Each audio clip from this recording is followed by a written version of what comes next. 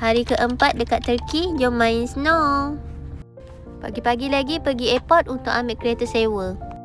Aku sebenarnya dah deal dengan Ilitka untuk ambil kereta sewa dengan dia, tapi last minute dia macam buat perangai pula, so aku pergi dekat Eva Rent a Car. Sangat memudahkan urusan, terus dapat kereta RM180 sehari. Lepas tu kita orang terus bertolak dari Istanbul ke Uludağ. Perjalanan akan ambil masa dalam 2 jam lebih. Dalam perjalanan kita orang singgah servis Alani macam R&R untuk makan. Masing-masing dah lapar sebab tak breakfast hari ni. Makanan kat sini semua sedap-sedap dan harga pun berpatutan.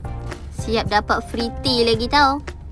Lepas tu kita orang teruskan perjalanan dan sampai dekat Uludağ dah petang. Nampak tak masjid tu, cantik kan? Sampai je Uludağ ni, kita orang nak pergi check-in dulu. Hotel yang kita orang duduk dekat Uludağ ni adalah hotel yang sama kita orang pernah duduk 2022 dulu. Tapi sekarang hotel ni dah upgrade jadi lagi cantik. Lepas check-in, staff dia akan bawa kita ke rumah kita. View dari dalam rumah, cantik kan?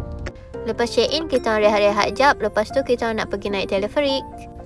Dah sampai dekat atas ni, stesen teleferik.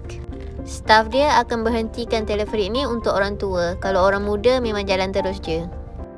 Ara naik dengan tok mak tok bah dia. Aku naik dengan husband dan baby. Kita orang datang early winter, snow belum banyak lagi. Kalau korang nak snow tebal, korang kena datang Januari, Februari. Early winter pun cuaca sejuk sangat. Tengoklah view dari sini. Masya Allah, lawanya. Dah sampai atas, tiba-tiba ada snow turun. Rezeki kita orang sangat. Aku, husband dengan Ara dah biasa pergi tempat snow. Tapi ni kita orang punya first snowfall. Ni memang betul-betul rezeki. Lepas siap main snow, kita orang turun semula. Hari pun dah gelap. Tangga ni kena very careful sebab licin. Dari sini kita orang balik ke hotel semula. Sampai hotel ingatkan nak makan dekat restoran ni. Rupanya kedai makan kat sini semua cuti 5 hari.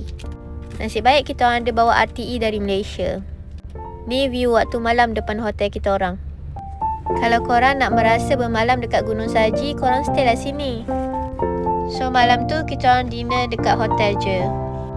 Lepas dinner kita orang rehat-rehat dan tidur. Esok kita orang akan ke Bursa dan balik Istanbul semula.